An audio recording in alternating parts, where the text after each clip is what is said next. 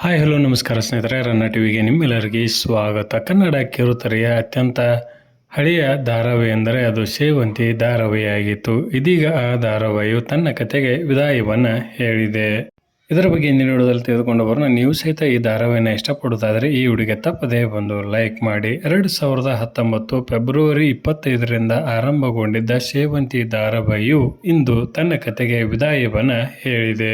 ಸತತ 7 ವರ್ಷಗಳ ಕಾಲ ಪ್ರಸಾರವಾಗಿದ್ದ ಸೇವಂತಿ ಧಾರಾವಾಹಿಯು ಇದೀಗ ತನ್ನ ಕತೆಗೆ ವಿದಾಯವನ್ನು ಹೇಳಿ 2225ರಷ್ಟು ಸಂಚಿಕೆಗಳನ್ನು ಪ್ರಸಾರ ಮಾಡಿ ತನ್ನ ಕತೆಗೆ ವಿದಾಯವನ್ನು ಹೇಳಿದೆ. ಸೇವಂತಿ ಧಾರಾವಾಹಿಯು ಸತತ 7 ವರ್ಷಗಳ ಕಾಲ ಪ್ರಸಾರವಾಗಿ ಕನ್ನಡದ ಅತ್ಯಂತ ಹಳೆಯ ಧಾರಾವಾಹಿ ಎನಿಸಿಕೊಂಡಿದೆ.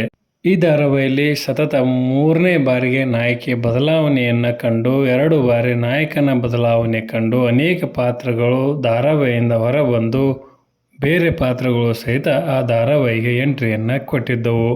ಕೊನೆಯದಾಗಿ ಈ ಧಾರಾವಾಹಿಯು ಹ್ಯಾಪಿ ಎಂಡಿಂಗನ್ನು ಕಂಡು ಹೊಸ ಧಾರಾವಾಹಿಯಾದ ಭಾಗ್ಯವಂತರು ಧಾರಾವಾಹಿಗೆ ಅನುವು ಮಾಡಿಕೊಟ್ಟಿದೆ ಎಂದೇ ಹೇಳಬಹುದು. ಕೊನೆಯದಾಗಿ ಸೇವಂತಿ ಧಾರಾವಾಹಿ ಬಗ್ಗೆ ನಿಮ್ಮ ಅನಿಸಿಕೆ ಅಭಿಪ್ರಾಯವನ್ನು ತಪ್ಪದೇ ಕಮೆಂಟ್ ಬಾಕ್ಸಲ್ಲಿ ತಿಳಿಸಿ. ಧನ್ಯವಾದಗಳು. ನಮಸ್ಕಾರ.